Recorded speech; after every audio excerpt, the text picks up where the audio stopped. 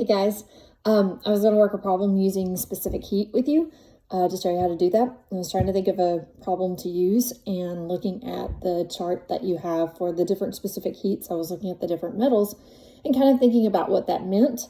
And as I defined in there that specific heat is the amount of heat that's needed to take 1 gram of a substance 1 degree Celsius.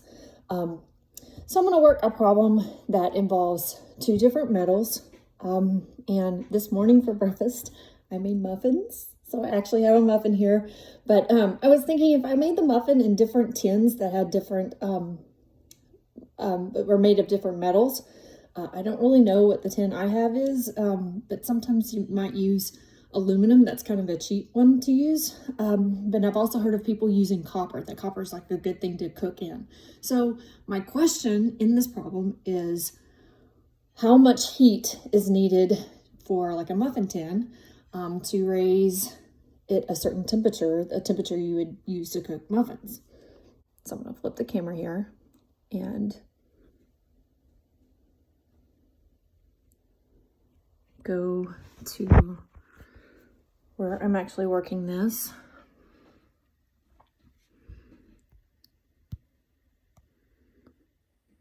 Okay, so the equation that I'm going to use is this heat equation where heat is Q, and it can be calculated using the specific heat or the heat capacity, specific heat capacity. Those are all terms that's used for the letter that we use is C, times the change in temperature, delta T. Delta anything means change in, and this is delta temperature, or the change in temperature, times the mass.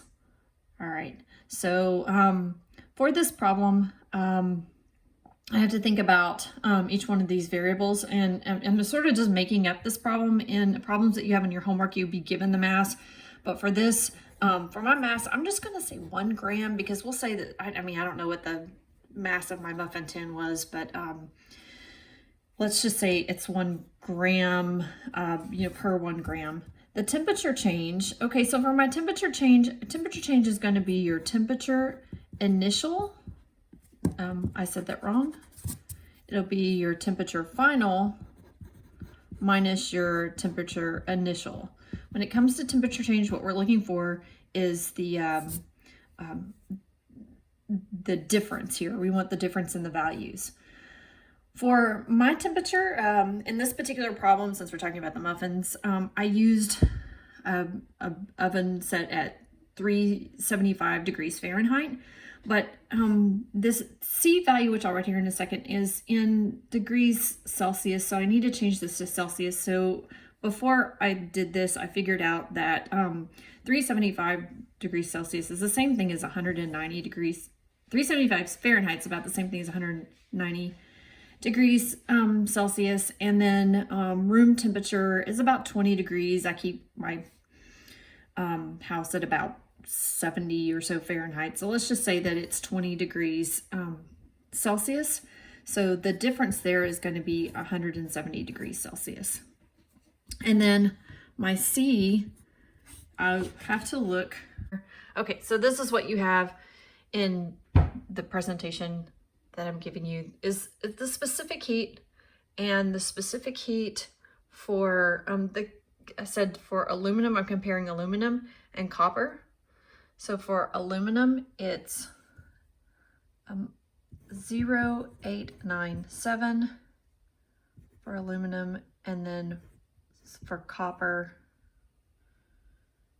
it is 0.385.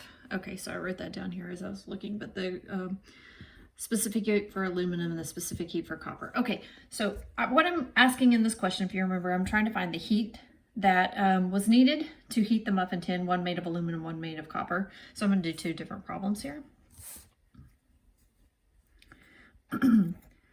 So for my heat for, let's say this is the aluminum one.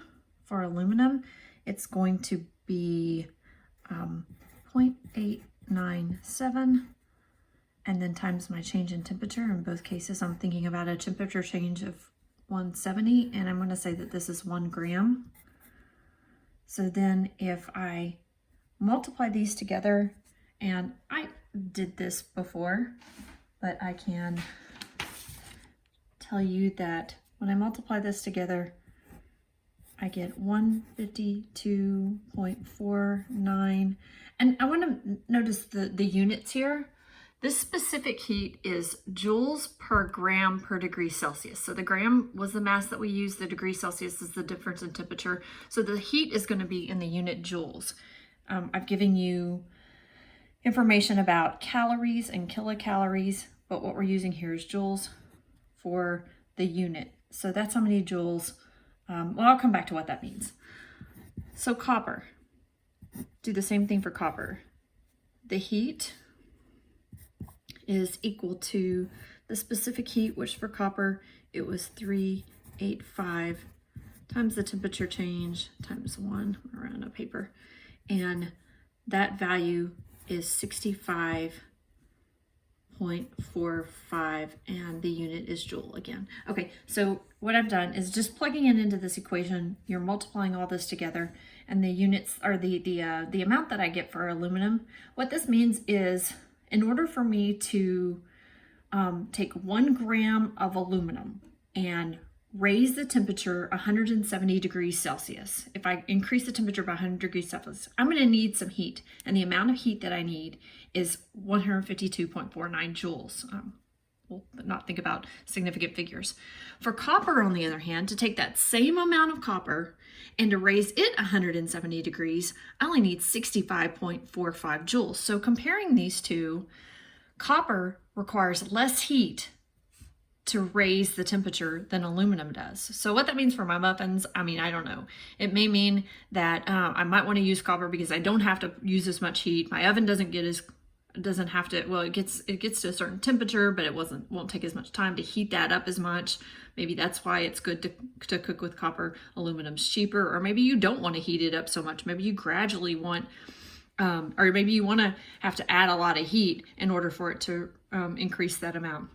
But I just wanted to give you an example of how to work these problems and then what they really mean afterwards once you work them. So this is talking about the heat that's needed to raise the temperature. If you have any other questions, let me know.